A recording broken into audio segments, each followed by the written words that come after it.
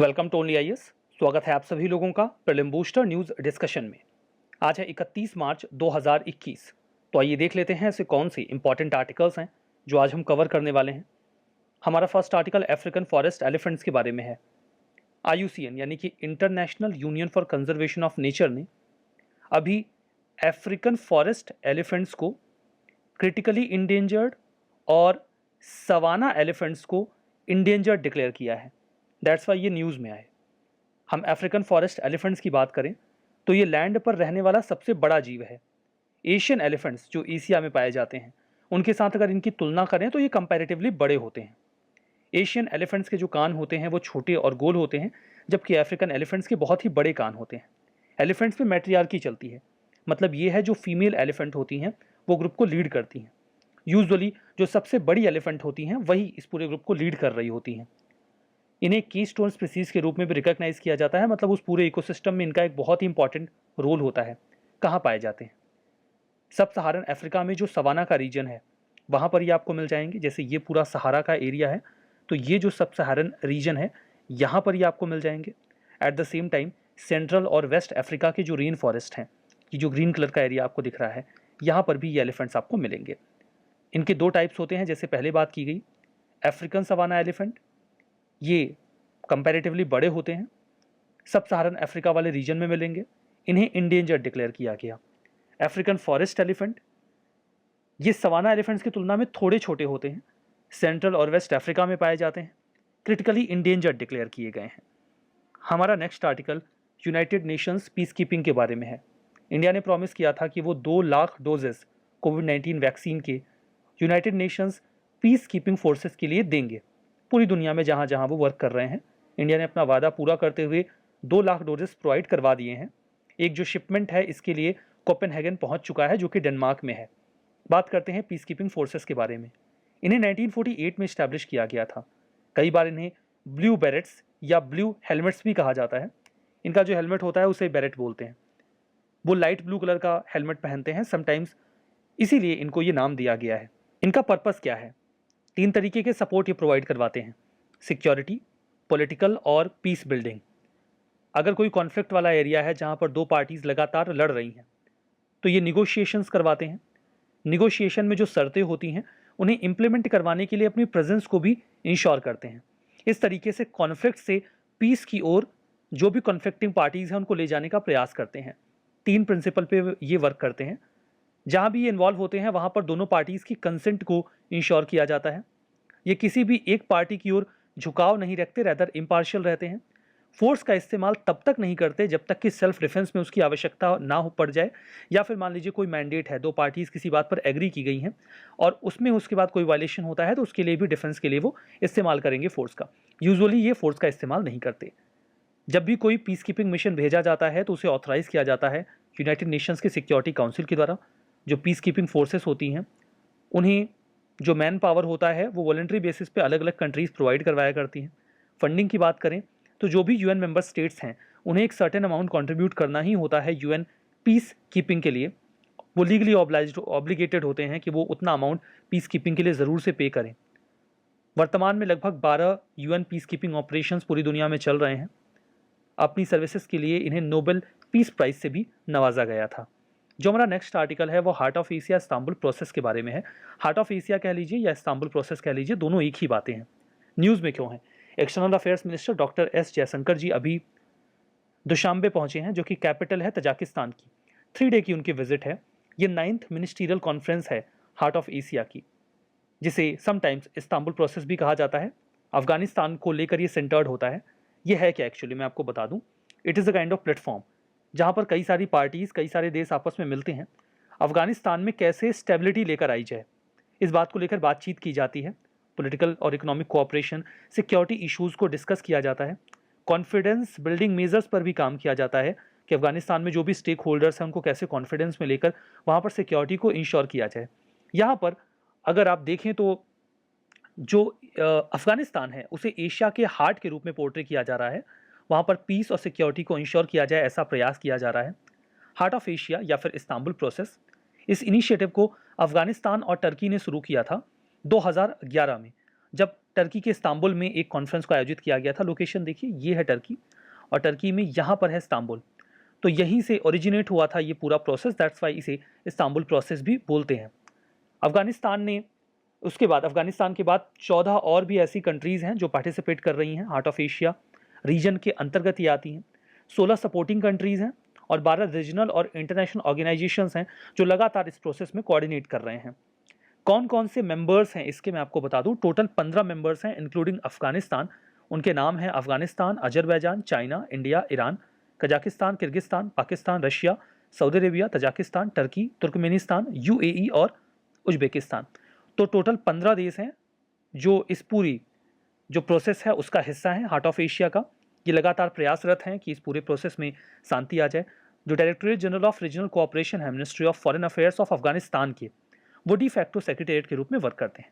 Heart of Asia एक reason है, उस रीजन में ये 15 देश आते हैं जिनकी हम बात कर रहे हैं। इस लिहाज से ये दुनिया के कुछ बड़े रीजन्स में से एक है। यहाँ पर 40 मिलियन स्क्वायर किलोमीटर का जो एरिया है वो कवर होता है और 27% जो लैंड एरिया है अर्थ का वो भी इस रीजन में आ जाता है। हमारा next article international ranger award के बारे में है। यूनियन मिनिस्टर फॉर एनवायरमेंट ने अभी कॉन्ग्रेचुलेट किया महेंद्र गिरी जी को। ये राजाजी टाइगर रिजर्व के एक रेंज ऑफिसर हैं। इन्हें अभी एक प्रेस्टिजियस इंटरनेशनल अवार्ड से नवाजा गया, international ranger award. In fact Asia से ये एकमात्र ऐसे व्यक्ति हैं जिन्हें चुना गया है। अवार्ड को 10 प्रोफेशनल्स पूरी दुनिया से चुने गए जिन्हें ये ग्रांट किया गया अवार्ड। इसमें जो मेजर इन्वॉल्वमेंट रहा वो IUCN और WCPA का रहा। IUCN मतलब international union for conservation of nature और WCPA का मतलब world commission on protected areas. इसके अलावा भी कुछ एंटिटीज इन्वॉल्व हैं like international ranger federation, global wild life conservation और कंजर्वेशन अलाइज। इसे 2020 में अवार्ड को क्रिएट किया गया था। जो भी लोग, जो रेंजर्स जो प्रोटेक्टेड एरियाज हैं वहाँ पर बहुत एक्स्ट्रा ऑर्डिनरी वर्क करते हैं, उनके इस कंट्रीब्यूशन को रिकॉग्नाइज करते हुए ये अवार्ड उनको दिया जाता है। हमारा next article tribal TB initiative के बारे में है। यूनियन हेल्थ मिनिस्टर ने अभी ट्राइबल टीबी इनिशिएटिव को लॉन्च किया ताकि जो टीबी मुक्त भारत का हमारा इनिशिएटिव है हम उसे अचीव कर सकें। उद्देश्य की बात करते हैं। जो ट्राइबल टीबी इनिशिएटिव है ये ट्राइबल पॉपुलेशन में ट्यूबरकुलोसिस की प्रॉब्लम को हैंडल करने के लिए लॉन्च किया गया है। इनिशियली इसमें 161 डिस्ट्रिक्ट चुने जाएंगे। कहाँ से? 18 स्टेट से। कई सारे काम किए जाएंगे। बेसिकली देखिए, वल्नरेबिलिटी मैपिंग की जाएगी, मतलब ऐसा कौन सा एरिया है जो ज़्यादा वल्नरेबल है। देखा जाएगा कि कौन से ऐसे एरियाज हैं जहाँ पर एक्टिव केसेस की संख्या बहुत ज़्यादा है। एट द सेम टाइम वहाँ पे रहने वाले लोगों के बिहेवियर में भी चेंज का प्रयास किया जाएगा ताकि वो टीबी को लेकर कम वल्नरेबल हों। टीबी मुक्त भारत इनिशिएटिव, जिसके तहत भारत में 2025 तक टीबी को खत्म करना है। इस इनिशिएटिव को लॉन्च क्यों किया गया? कई सारे कारण हैं। इंडिया में ट्राइबल पॉपुलेशन 104 मिलियन के आसपास है। ये 705 ट्राइब्स में बटे हुए हैं और इंडिया की पॉपुलेशन का 8.6% कवर करते हैं।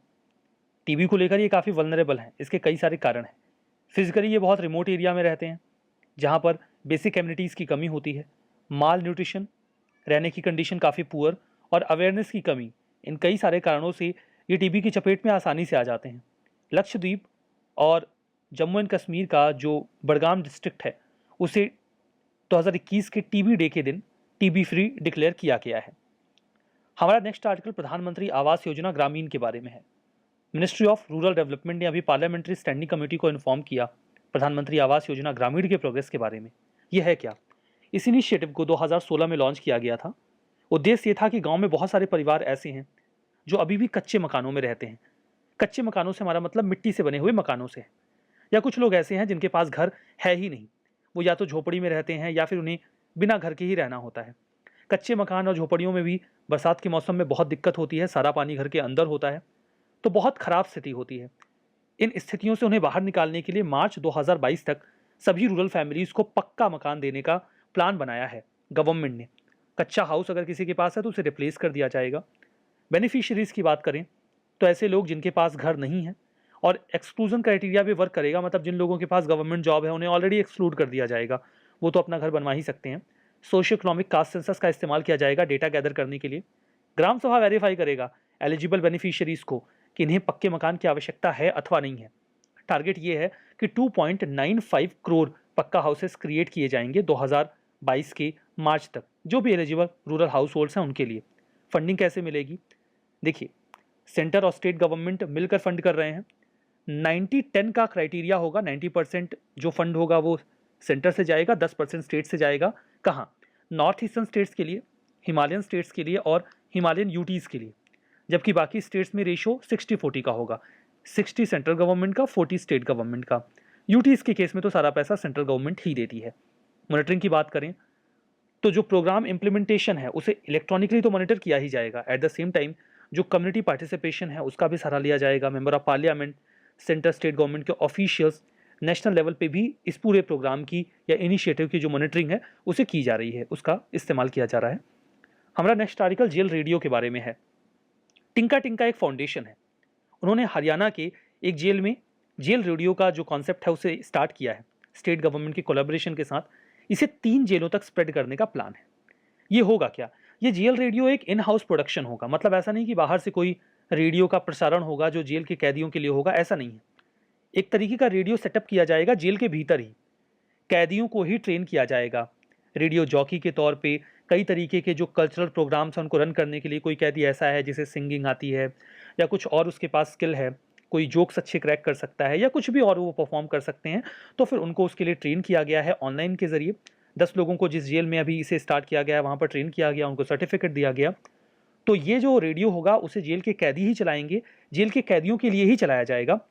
तो कोई ऐसा नहीं उनको रेडियो दिया जाएगा, लाउड स्पीकर के माध्यम से सभी बैरक्स में जो भी प्रसारण होगा उसे पहुंचाया जाएगा। जो कैदी होंगे वो अपनी फरमाइश भी कर सकते हैं, अगर उन्हें कोई गाना सुनना है तो बता सकते हैं कि हम वो ये गाना सुनना चाहते हैं, तो उनको वो गाना सुना दिया जाएगा। जेल के मैनुअल के बारे में कोई जानकारी देनी है या जेल के संबंध में कोई महत्वपूर्ण इन्फॉर्मेशन कैदियों तक पहुँचानी है तो इसी रेडियो के माध्यम से एक बार में सभी कैदियों को इन्फॉर्म कर दिया जाएगा। और जो भी इन्फॉर्मेशन, जानकारी की चीज़ें हैं जिससे चाहते हैं कि उनका थोड़ा बहुत डेवलपमेंट हो, वो भी उन तक पहुँचाया जाएगा। तो इससे वो थोड़े क्रिएटिव होंगे, उनका मीनिंगफुल इंगेजमेंट होगा। देखिए, कैदियों को थोड़े समय के बाद वापस से उसी सोसाइटी में आना होता है।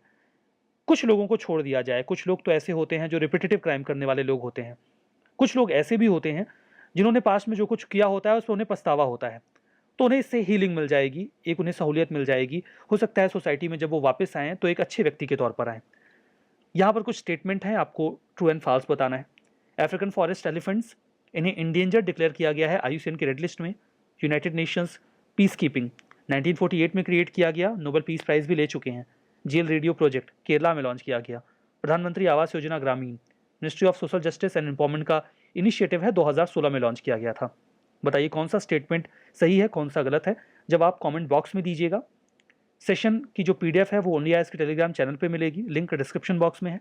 Only IAS nothing else, Telegram पे सर्च भी कर सकते हैं। जब डाउनलोड करेंगे तो सही जवाब यहाँ पर मेंशन होगा। तो चलिए आज के इस सेशन में यहीं पे रुकते हैं। बहुत बहुत धन्यवाद।